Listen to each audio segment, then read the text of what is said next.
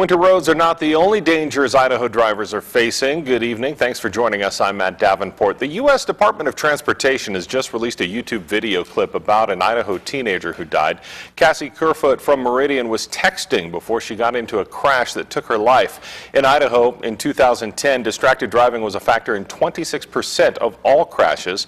And with the weather turning cold and icy, it's especially important for drivers to pay attention to what's going on. Here's our own Todd Blackington.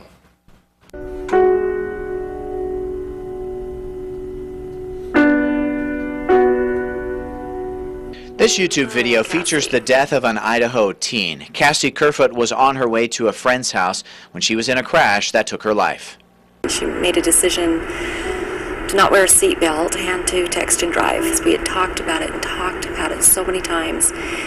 But she never thought that something like this would happen to her. These kinds of crashes are prevalent in eastern Idaho as well. Lieutenant Ishmael Gonzalez with the Idaho State Police says this fatal crash from last January was the result of texting and driving. The driver was lost and was text messaging to find out where to go. She lost control of her car and it rolled. Her passenger died.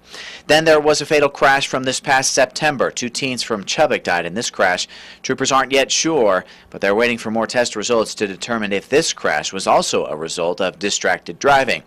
With the distraction of technology, coupled with roads being slick like they were this past Wednesday, we're heading into a potentially hazardous time of year. So it is very, very dangerous, especially now where we have the winter driving coming up with the ice-covered roads, snow.